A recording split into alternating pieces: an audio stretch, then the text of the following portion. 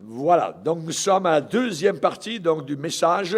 Réparons les fondations du mariage. Réparons les fondations du mariage, donc deuxième partie. Et nous lisons un premier passage dans Genèse chapitre 2. Genèse chapitre 2, et nous allons lire particulièrement donc au verset 22. L'Éternel Dieu forma une femme de la côte qu'il avait prise de l'homme, et il l'amena vers l'homme. Donc Adam n'a pas eu besoin de chercher, c'est Dieu qui a amené directement son épouse à lui. Et l'homme dit, voici cette fois celle qui est eau de mes eaux et chair de ma chair. On l'appellera femme, parce qu'elle a été prise de l'homme. C'est pourquoi l'homme quittera son père et sa mère et s'attachera à sa femme, et ils deviendront une seule chair. Deuxième passage, on en a 3 à aller voir. Deuxième passage, Matthieu, dans le Nouveau Testament, Matthieu chapitre 19 et le verset 4. Matthieu 19, verset 4, c'est Jésus qui parle lui-même, et il va dire, « N'avez-vous pas lu que le Créateur, au commencement, fit l'homme et la femme, et qu'il dit, c'est pourquoi l'homme quittera son père et sa mère et s'attachera à sa femme, et les deux deviendront une seule chair. Ainsi, ils ne sont plus deux, mais ils sont une seule chair. Que l'homme, donc, ne sépare pas ce que Dieu a joint. » Et le dernier passage, l'apôtre Paul aux Éphésiens chapitre 5, Éphésiens chapitre 5, il est dit ici, au verset 28, Éphésiens chapitre 5, verset 28, Paul va déclarer, « C'est ainsi que les maris doivent aimer leur femme comme leur propre corps. Celui qui aime sa femme s'aime lui-même, car jamais personne n'a haï sa propre chair, mais il la nourrit et en prend soin comme Christ le fait pour l'Église, parce que nous sommes membres de son corps. C'est pourquoi l'homme quittera son père et sa mère et s'attachera à sa femme, et les deux deviendront une seule chair. » Amen. Seigneur, nous sommes devant toi, nous te bénissons pour la parole divine que tu nous accordes ce soir. Nous te demandons qu'elle puisse encore toucher nos cœurs, nous instruire, Seigneur, nous édifier, nous faire comprendre, Seigneur, la vanité des pensées de ce monde et la réalité, l'authenticité et combien tes pensées sont intelligentes. Merci, Père, dans le nom de Jésus. Amen. Et tout le peuple dit Amen. Gloire à Dieu. On peut s'asseoir, frères et sœurs, chers amis. Alléluia.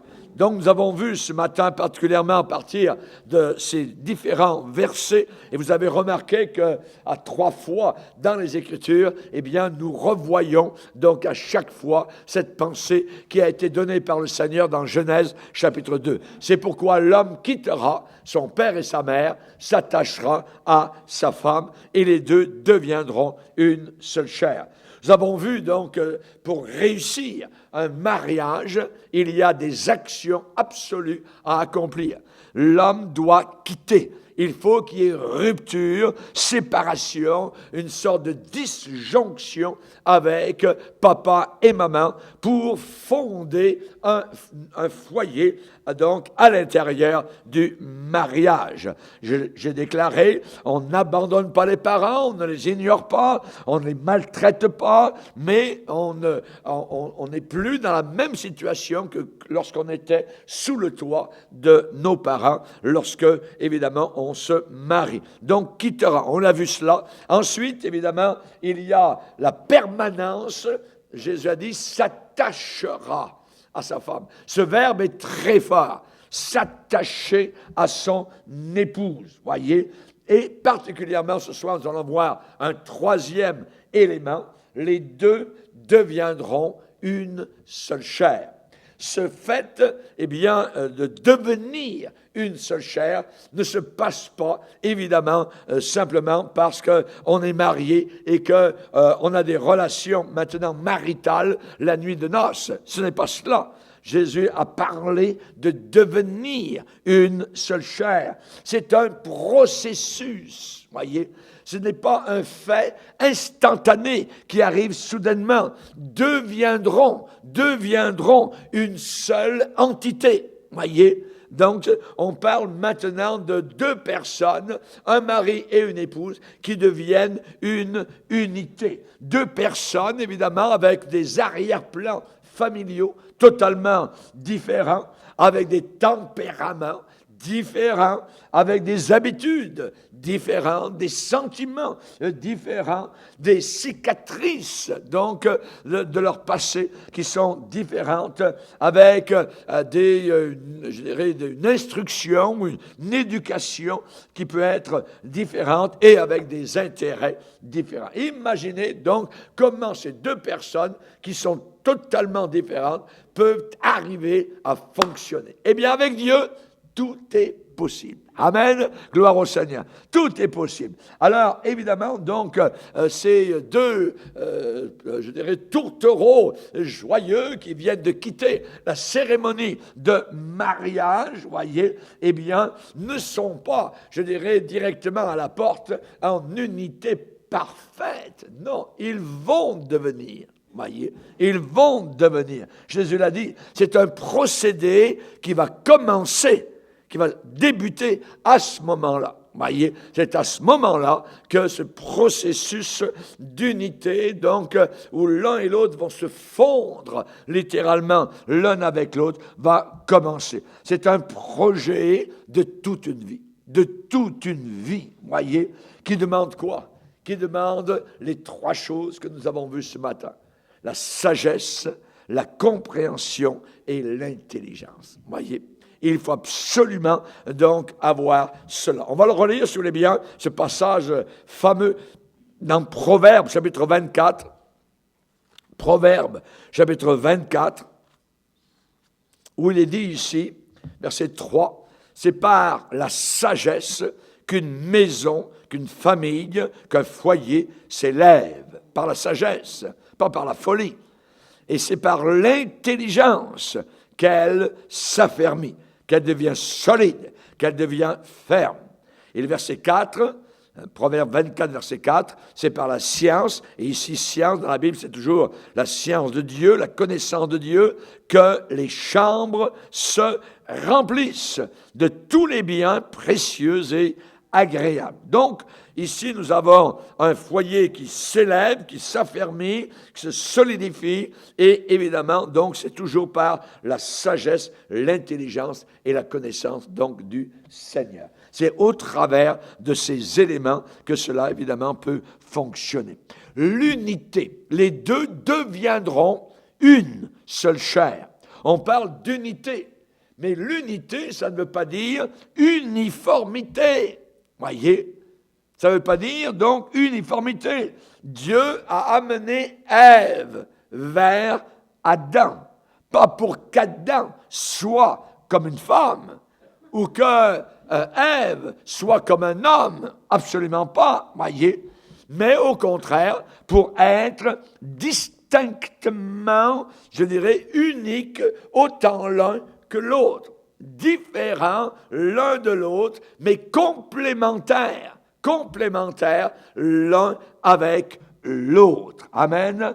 L'uniformité, ce n'est pas l'unité. L'uniformité, c'est quoi? Eh bien, c'est, quand vous allez, à Tim Hortons, voyez, vous avez l'uniformité. Les donuts, ils sont tous pareils. Voyez, les uns à côté des autres, ça, tous identiques. Dieu ne veut pas que nous soyons comme des donuts. Voyez, absolument pas. Voyez, si vous allez, évidemment, dans les belles pâtisseries françaises, voyez, vous allez voir certaines pâtisseries, on appelle ça des religieuses. Voyez, vous en voyez, elles sont toutes pareilles. Voyez, c'est bien bon, ou des éclairs au chocolat, ou quoi que ce soit. Ils sont tous pareils. Voyez, identiques. Voyez, et ce n'est pas, évidemment, ce que Dieu désire. Il ne veut pas l'uniformité. Vous avez l'uniformité l'unité, je dirais, il veut l'unité, le Seigneur, mais pas l'uniformité. Vous avez, je dirais, cette uniformité dans les lignes d'assemblage de GM, de Ford, de Chrysler, Toyota, ainsi de suite, voyez. Mais évidemment, donc, nous ne sommes pas comme cela. Avec Dieu, évidemment, c'est uniquement les deux qui deviendront une seule chair. Amen. Ça veut dire quoi? Ça veut dire qu'il y a une idée d'acceptation mutuelle. On s'accepte mutuellement, voyez, tel que nous sommes. Il y a une idée de donner, de se donner. Il y a une idée d'écouter l'autre, de pardonner à l'autre, d'appartenir à l'autre. Voyez, il y a une idée, évidemment, dans ce sens-là. C'est deux individus qui veulent bien joindre leurs deux vies. Ils veulent joindre leurs deux vies. Ils veulent les unir, voyez, les fusionner, les allier ensemble, qu'il y a un alliage de deux vies différentes qui vont former une unité. Les deux deviendront une seule chair. On appelle ça mariés. Mariés. Voyez, ils sont mariés. Et ils désirent partager, donc, leur vie ensemble et compléter l'autre. L'autre, il a des manques. Et l'autre aussi a des manques. Et ensemble, on va former une unité. Alléluia. Gloire au Seigneur. Cette image, eh bien, c'est une image merveilleuse. C'est Dieu qui l'a voulu. L'homme quittera son père et sa mère, s'attachera à sa femme et, résultat, les deux deviendront une seule chair. Amen. Donc, ce sont deux personnes, évidemment, généreuses, engagées activement à accomplir leur devoir, donc de conjoint, leur devoir de partenaire. Amen. Gloire à Dieu. Aujourd'hui, c'est très rare. Ça devient rare. Voyez. Quelqu'un un jour a dit, le mariage, ce n'est pas une fédération de deux États souverains. Amen. Ce n'est pas une fédération de deux États souverains, mes droits, tes droits, mes droits, ainsi de suite. Non, non, non. C'est une union, voyez, familiale, domestique, une union sociale, une union spirituelle et physique. C'est ça, évidemment, donc, le mariage. C'est une fusion de deux cœurs, une union de deux vies. Alléluia. Et évidemment, donc, on a deux personnes qui sont tributaires l'une de l'autre et qui, après avoir été unies donc, dans la cérémonie du mariage, vont maintenant couler dans le même canal, dans la même direction, évidemment, donc, portant les deux, les fardeaux, donc, d'obligation et de responsabilité. Alors, évidemment, peut-être qu'il faut rallumer le feu de votre mariage.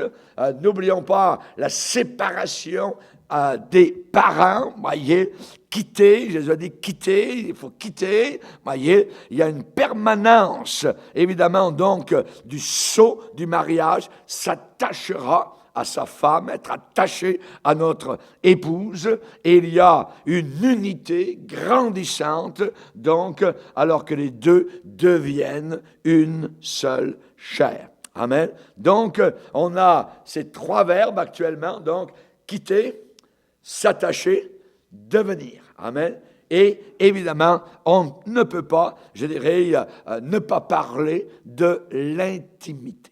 De l'intimité. Si on a ces quatre lignes de conduite pour tous les temps, quitter, s'attacher, devenir, évidemment, il y aura l'intimité. Voyez, cette intimité sera entourée de sécurité par rapport à la consécration que l'un et l'autre auront, je dirais, l'un par rapport à l'autre. Et il y aura de la joie dans l'intimité personnelle qui sera présente. Et on sait évidemment que cette unité indéniable a des buts, voyez, et ça explique évidemment pourquoi dans la Genèse, il est dit l'homme et sa femme étaient tous les deux nus. Quand Dieu les a créés, Dieu n'a pas créé Adam et Ève avec des vêtements. Ça, les vêtements sont venus après le péché. Voyez. Et Dieu les a créés d'une certaine manière sans aucun vêtement. Voyez, on va le lire dans Genèse chapitre 2. Maintenant, n'oubliez pas que l'Église n'est pas un club de nudistes, voyez.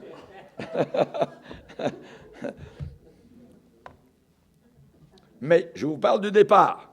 Dans Genèse chapitre 2, juste après le verset 24, on va prendre le verset 24 et ensuite on prendra le verset 25.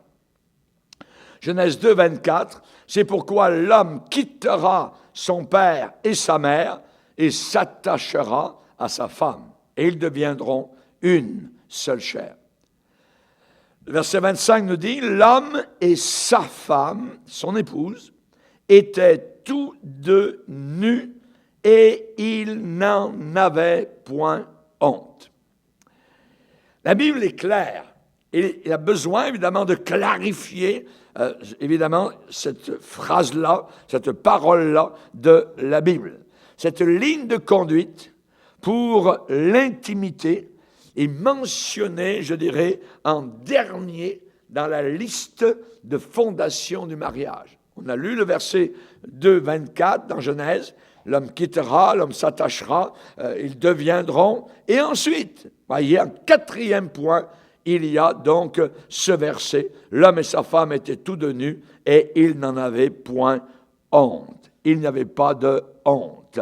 On parle de quoi? On parle ici des délices, de l'intimité, particulièrement donc entre un mari et son épouse. Et ces délices viennent, je dirais, particulièrement à cause des trois premiers points.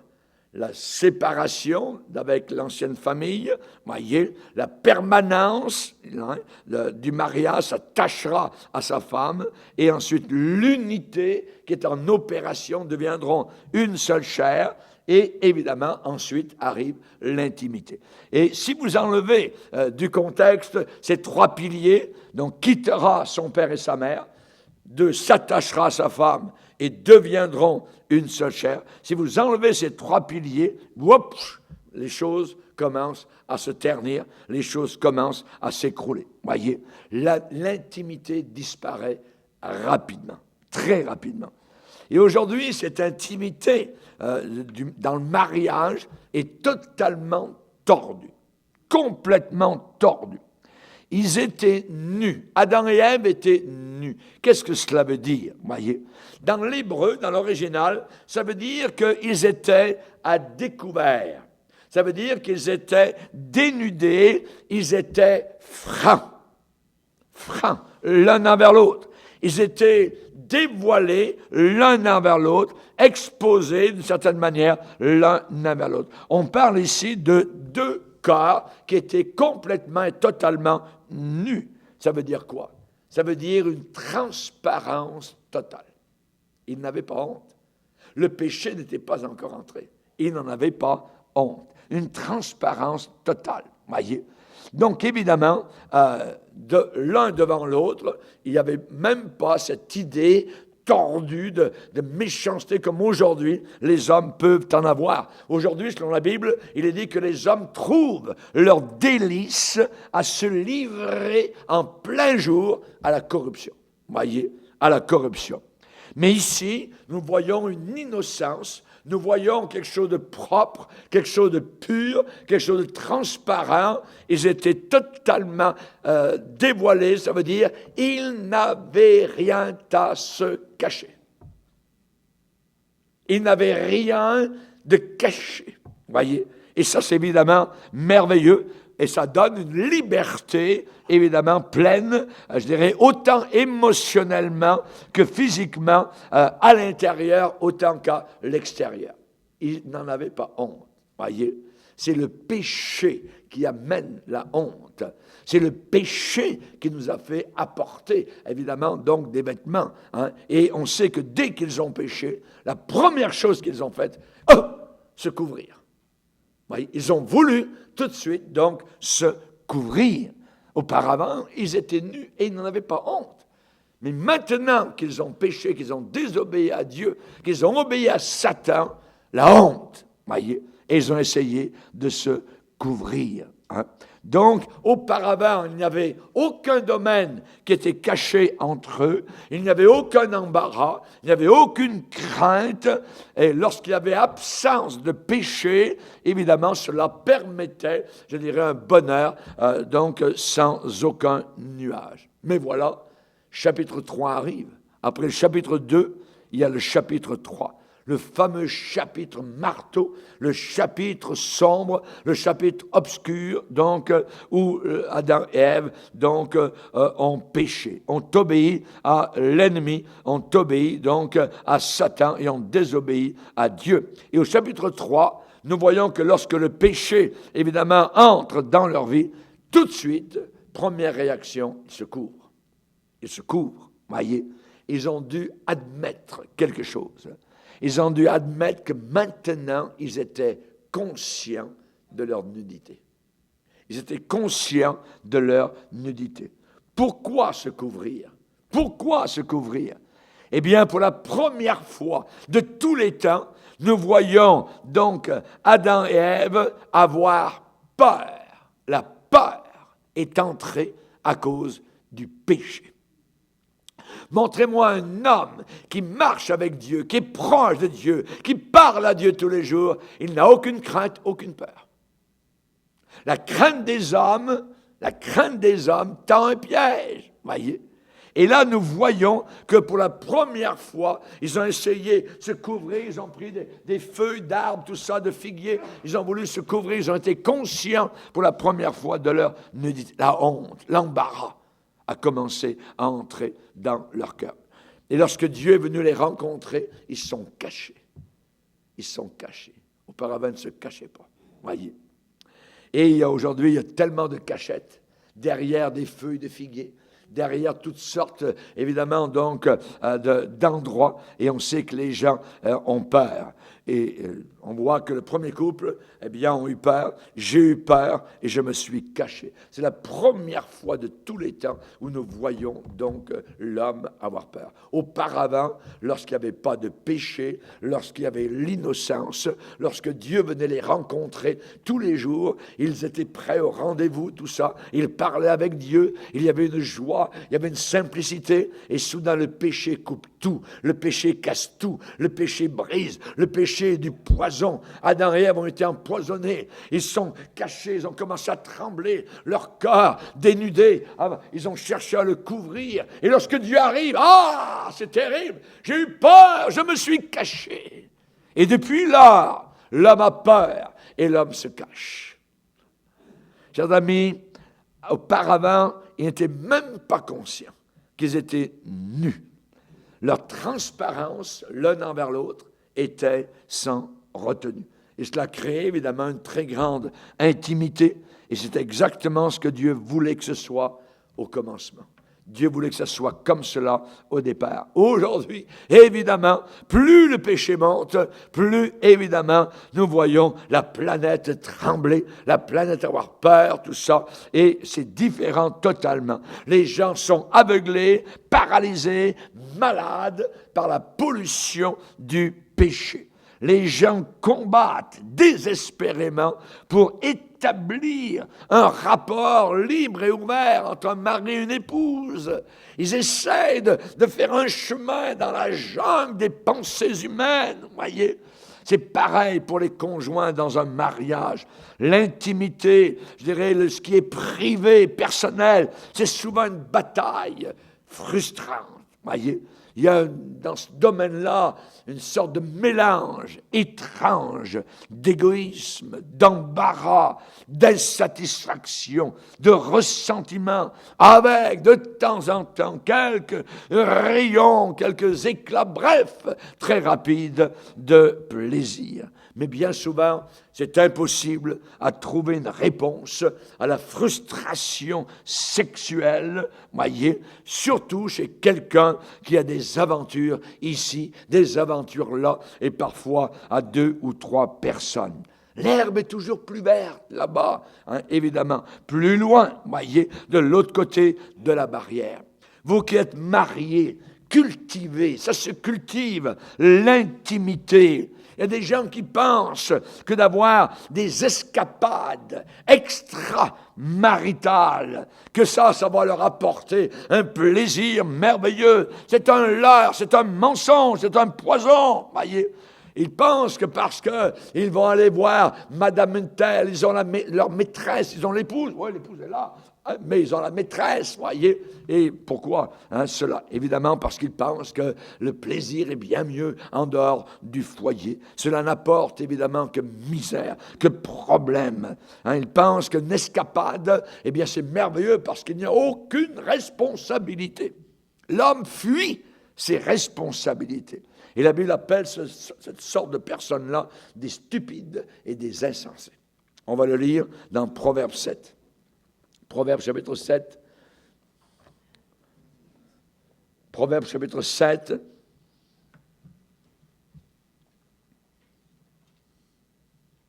Mon fils, retiens mes paroles, garde avec toi mes préceptes, observe mes préceptes, et tu vivras. Garde mes enseignements comme la prunelle de tes yeux. Lis-les sur tes doigts, écris-les sur la table de ton cœur. Dis à la sagesse, tu es ma sœur, et appelle l'intelligence ton amie, pour qu'elle te préserve de la femme étrangère. La femme étrangère, c'est toujours la femme qui est étrangère à Dieu, aux promesses de Dieu, au royaume de Dieu. C'est la païenne, pour qu'elle te préserve de la femme étrangère, de l'étrangère qui emploie des paroles doucereuses. J'étais à la fenêtre de ma maison, je regardais à travers mon treillis et j'aperçus parmi les stupides, je remarquai parmi les jeunes gens un garçon dépourvu de sens. Il passait dans la rue, près de l'angle où se tenait une de ces étrangères et il se dirigeait lentement du côté de sa demeure. C'était au crépuscule, pendant la soirée, au milieu de la nuit et de l'obscurité. Et voici, il fut abordé par une femme ayant la mise, ça veut dire habillée comme une prostituée, et ayant la ruse dans le cœur. Elle était bruyante, beaucoup de bruit, et rétive. Ses pieds ne restaient point dans sa maison. Tantôt dans la rue, tantôt sur les places, et près de tous les angles, elle était aux aguets. Elle le saisit, l'embrassa, et d'un air effronté lui dit « Oh, je devais un sacrifice d'action de grâce. » Une femme très religieuse, voyez. On pensait une chrétienne. « Aujourd'hui, j'ai accompli mes vœux. Oh, j'aime le Seigneur, c'est merveilleux. Je t'ai trouvé, c'est Dieu qui m'a fait te rencontrer, tout ça. Ça n'arrive pas par hasard, c'est Dieu qui m'a conduit vers toi. C'est pourquoi je suis sorti au-devant de toi, verset 15, pour te chercher. Je t'ai trouvé. J'ai orné mon lit de couverture de tapis de fil d'Égypte. J'ai parfumé ma couche de myrrhe, d'aloès, de cinnamome. Viens, enivrons-nous d'amour jusqu'au matin. Livrons-nous joyeusement à la volupté, parce que mon mari n'est pas à la maison. Il est parti pour un voyage lointain. Il a pris avec lui la carte de crédit, le sac de l'argent. Il ne reviendra à la maison qu'à la nouvelle lune. On a pour des bons moments. Elle le séduisit à force de paroles. Elle l'entraîna par ses lèvres doucereuses et il se mit tout à coup à la suivre. Et regardez bien l'image. Comme le bœuf qui va à la boucherie, comme un fou qu'on lie pour le châtier jusqu'à ce qu'une flèche lui perce le foie, comme l'oiseau qui se précipite dans le filet, sans savoir que c'est au prix de sa vie. La leçon de tout cela est simple. Maintenant, mes fils, écoutez-moi et soyez attentifs aux paroles de ma bouche. Que ton cœur ne se détourne pas vers les voies d'une telle femme. Ne t'égare pas dans ses sentiers, car elle a fait tomber beaucoup de victimes. Et sont nombreux tous ceux qu'elle a tués. C'est une meurtrière. Sa maison, c'est le chemin de l'enfer. Il descend vers les demeures de la mort. Donc nous avons ici tout un chapitre, chapitre 7, qui nous parle évidemment donc de la femme mauvaise. La femme qui fait croire qu'elle a le bonheur, elle connaît l'affaire, voyez. Et on sait qu'on a au chapitre 6, eh bien, ce que la parole nous dit, la femme mariée tend un piège à la vie précieuse. Pour la femme prostituée, on se réduit à un morceau de pain, une réduction donc tu deviens zéro. La personne qui va vers une prostituée se réduit donc à zéro. Donc, la Bible dit, quelqu'un mettra-t-il du feu dans son sein sans que ses vêtements s'enflamment? Quelqu'un marchera-t-il sur des charbons ardents sans que ses pieds soient brûlés? Il en est exactement de même pour celui qui va vers la femme de son prochain. Quiconque la touche ne restera pas sans punition. On ne tient pas pour innocent le voleur qui dérobe pour satisfaire son appétit quand il a faim. Si on le trouve, il fera une restitution au septuple. Il donnera tout ce qu'il a dans sa maison. Mais celui qui commet un adultère avec une femme est dépourvu de sens. Celui qui veut se perdre agit de la sorte. Il n'aura que plaie et ignominie, et son opprobre, sa honte, ne s'effacera point. Car la jalousie met un homme en fureur, et il est sans pitié au jour de la vengeance. Il n'a égard à aucune rançon, il est inflexible, quand bien même tu multiplierais tes dons. Nous avons ici, évidemment, des grandes leçons dans la parole de Dieu. Nous avons besoin de lire, dans l'époque dans laquelle nous sommes, des passages semblables, où nous vivons dans un monde qui est tellement corrompu, un monde qui est tellement sale, tellement impur, tellement, je dirais, pourri, et au travers des médias, télévision, les films et tout ça, eh bien, nous avons besoin, nous comme chrétiens, de clarifier, évidemment, de clairer nos cœurs, de purifier nos âmes. L'intimité est réservée à un homme marié ainsi que son épouse. Amen. Alléluia. Gloire au Seigneur. Donc, pour la femme prostituée, on se réduit à un morceau de pain. Oui. Évidemment, j'aimerais vous donner un témoignage ce soir d'un homme qui s'appelle Georges. Georges est banquier. Georges est un banquier et il a eu un divorce récemment. Et donc, cela l'a conduit à une liberté sexuelle. Il est redevenu célibataire, voyez, californien, et du côté de la banque, du bureau où il travaille, il est envié quasiment par tous ceux qui travaillent dans le bureau. Il a un appartement au bord de la plage, côté Pacifique, et il y a des reines de beauté, évidemment, qui entrent chez lui, qui sortent de chez lui régulièrement. Au moins, il a du sexe sans aucune dispute, ni embêtement, soir après soir. Le gars, on pourrait dire, avait vraiment l'affaire, voyez, entre les mains. Ou bien, il ne l'avait pas du tout. Nous allons voir cela, voyez. Un après-midi, il arrive au bureau de son patron, qui s'appelle Dick. Il s'arrête. Et Monsieur Dick, pourrais-je vous parler de quelque chose? Oui. Vous savez, Monsieur Dick, j'ai vraiment tout eu. Je suis un homme libre de toute attache de mariage. J'ai un bel endroit à vivre sur la plage. Je vais au lit avec des filles sexy, les unes après les autres. Et évidemment, je viens comme il me plaît et je fais ce que je veux. Mais il y a quelque chose qui me dérange profondément. Je n'arrive pas à voir ce que c'est. Chaque matin, quand je m'habille pour partir au bureau, au travail, à la banque, je regarde dans le miroir et je pense, hier soir, quel était le dernier jeu sexy avec la belle? En réalité, à quoi ça rimait? Oui, la fille était belle, on a eu du bon temps. Elle m'a quitté ce matin sans aucun amour pour moi. Est-ce que c'est tout ce qu'il y a dans la vie? Dick. Je me suis demandé si ce style de vie, est-ce que c'est ce que tous les gars recherchent, veulent? Et pourtant, pourquoi suis-je tellement déprimé? Comment ça se fait? Pourquoi ce froid de néant tout le temps que je traîne avec moi? Georges s'est arrêté, s'est penché un peu plus proche de Dick et a continué avec la voix un peu plus basse. Je connais des gars ici, dans la banque, qui pensent que ce serait formidable d'avoir cette sorte de liberté totale. Mais je vais te dire, Dick, honnêtement, je hais cette sorte de vie que je suis en train de mener.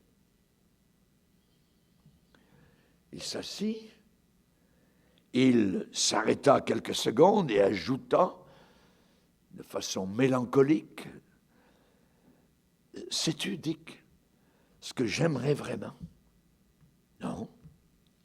Eh bien, j'aimerais ce soir rentrer à la maison, sentir la bonne odeur de cuisine du souper, prendre ma femme dans mes bras et passer la soirée avec elle et lui dire combien je l'aime et l'apprécie. Et j'aimerais aller au lit avec elle sans avoir à prouver ma virilité, sans avoir à accomplir des performances sexuelles au-delà du devoir conjugal, mais juste lui donner de l'amour et m'endormir à côté d'elle en sachant qu'elle sera là demain matin. C'est ça que j'aimerais. Et nous qui entendons un tel témoignage, eh bien, j'aimerais vous dire que ce gars-là, au moins, il a été vraiment honnête. L'intimité, la joie, l'accomplissement doit absolument venir d'un contexte ordonné de Dieu. Il faut qu'il y ait une consécration l'un envers l'autre. Il faut qu'il y ait une acceptation l'un de l'autre. Il faut qu'il y ait de l'harmonie dans le mariage. Tout cela fait partie de la planification de ce que le Seigneur a pensé. La planification de Dieu, l'arrangement de Dieu. On ne peut pas et on n'arrivera jamais à améliorer le modèle original. C'est pourquoi l'homme quittera son père et sa mère, s'attachera à sa femme, les deux deviendront une seule chair, et alors ils seront transparents l'un envers l'autre, il n'y aura rien à cacher, ils s'aimeront et ils auront une véritable intimité telle que le Seigneur l'a désirée au départ. N'oublions pas que l'homme voudrait changer l'ordre de Dieu. Un homme avec un homme, une femme avec une femme, un homme avec deux femmes avec un homme. Et tout cela pour essayer d'améliorer, comme ils le disent, mettre du zeste dans la vie. C'est du poison. C'est pas du zeste. Dieu a un plan. Ce Dieu que nous servons, c'est lui qui a fondé le mariage. La Bible déclare que l'intelligence de Dieu n'a aucune limite. Pouvons-nous faire mieux que celui dont l'intelligence n'a aucune limite? Jamais nous n'y arriverons. Donc, évidemment, ceux qui dansent sur la musique du monde, croyez-moi, ils payent très cher le joueur de musique. L'homme est ingénieux. Et il va essayer de jouer, de modifier le plan original de Dieu. Et l'homme veut faire des changements. Il veut effacer ici et là. Il veut réarranger tout cela. Il veut enlever ici. Il veut ajouter à un autre endroit, et ainsi de suite, et ainsi de suite, et ainsi de suite, jusqu'à ce que ça ressemble à rien du tout de ce que le Créateur avait désigné au départ. Allez vérifier en cour de justice. Lisez le dernier magazine et vous ne voyez aucune ressemblance. Maintenant, les homosexuels veulent leurs droits. Maintenant, on veut le droit de s'amuser avec des enfants. Voyez, c'est abominable. Voyez, abominable. Alors que notre Dieu ne peut pas sonder son intelligence et son plan, c'est le meilleur de ce qu'il a prévu pour l'homme ici-bas sur cette terre. Dans un journal qui s'appelle de la Christian Medical Society, il y avait un article du Washington Post écrit par M. Richard Cohen. Et le titre de l'article, c'était « Open Marriage, Broken Marriage ». Les mariages ouverts, les mariages brisés. Mariage ouvert, ça veut dire fais ce que tu veux dans ton mariage, invite qui tu veux, ainsi de suite, dans ta chambre, tout cela. Vous voyez, mais ça finit par mariage brisé. Mariage brisé. Et dans cet article-là, eh bien, je lis un petit peu ce qui est dit. On doit être honnête et franc et donner de l'espace pour que l'autre fasse sa propre chose, ce qu'il veut lui-même. Communiquer ensemble, et si vous voulez avoir une aventure, donc soyez honnête, ne passez pas à côté, ne tournez pas autour du pot, ne faites pas des excuses à votre conjoint, n'appelez pas votre conjoint à la fin de l'après-midi avec des histoires toutes montées sur votre travail au bureau. Non, prenez le téléphone et dites simplement « Chérie, je serai un peu en retard ce soir, je vais avoir une aventure aujourd'hui. » Et Cohen, dans l'article, déclare, mais il y avait ces couples que je connaissais, ils étaient ouverts, ils étaient honnêtes, ils avaient des aventures, ils ne tournaient pas autour du pot, ils ne se mentaient pas, ils étaient honnêtes, ouverts, et tout le monde était d'accord en disant que c'était merveilleux, les hommes étaient d'accord, les épouses étaient d'accord. Et ensuite, étonnement, ils étaient séparés et divorcés. Comment ça se fait? Alors, il y avait quelque chose, l'article dit, il y avait quelque chose qui n'allait pas. Invariablement, quelqu'un ne pouvait plus en prendre. Et l'article dit, ça n'avait rien à faire avec la tête comprenait, la tête acquiesçait, la tête disait oui aux aventures, mais le cœur était brisé. Et c'est ça qui doit nous faire réfléchir. L'article dit, pensez que peut-être il existe certaines choses que nous ne connaissons pas encore sur les hommes et les femmes, et peut-être qu'avant que nous crachions sur l'œil de la tradition, nous devrions savoir ce que nous faisons. Et Cohen, dans l'article, dit, j'ai quelques théories, et l'une d'elles, c'est qu'une des façons par lesquelles vous mesurerez l'amour, ce n'est pas par les mots, mais par les actions. Avec, dit-il, de la consécration, de l'engagement et des obligations. M. Cohen a mis son doigt sur le pouls, littéralement, du problème. Et ce message, évidemment, est comme un miroir. Un miroir. Il y a des choses qui deviennent, évidemment, de plus en plus claires, et je dirais qu'on pourrait sonder nos familles, on pourrait sonder nos foyers, nos mariages, voyez, et peut-être passer au travers de nos années de mariage, et peut-être que Dieu vous montre que votre mariage est chambranlant, à cause d'une pauvre fondation. Une pauvre fondation. N'ayez pas peur de le reconnaître, n'ayez pas peur de dire que cela est vrai. Il faut admettre le problème, c'est le premier pas vers la solution, mais c'est un pas de géant, le reconnaître. Et si nous voulons réparer les fondations du mariage, alors il faut choisir des bonnes briques. Il y en a 4 que nous avons vues aujourd'hui. La première, c'est la séparation. L'homme quittera son père et sa mère. La permanence et s'attachera à sa femme.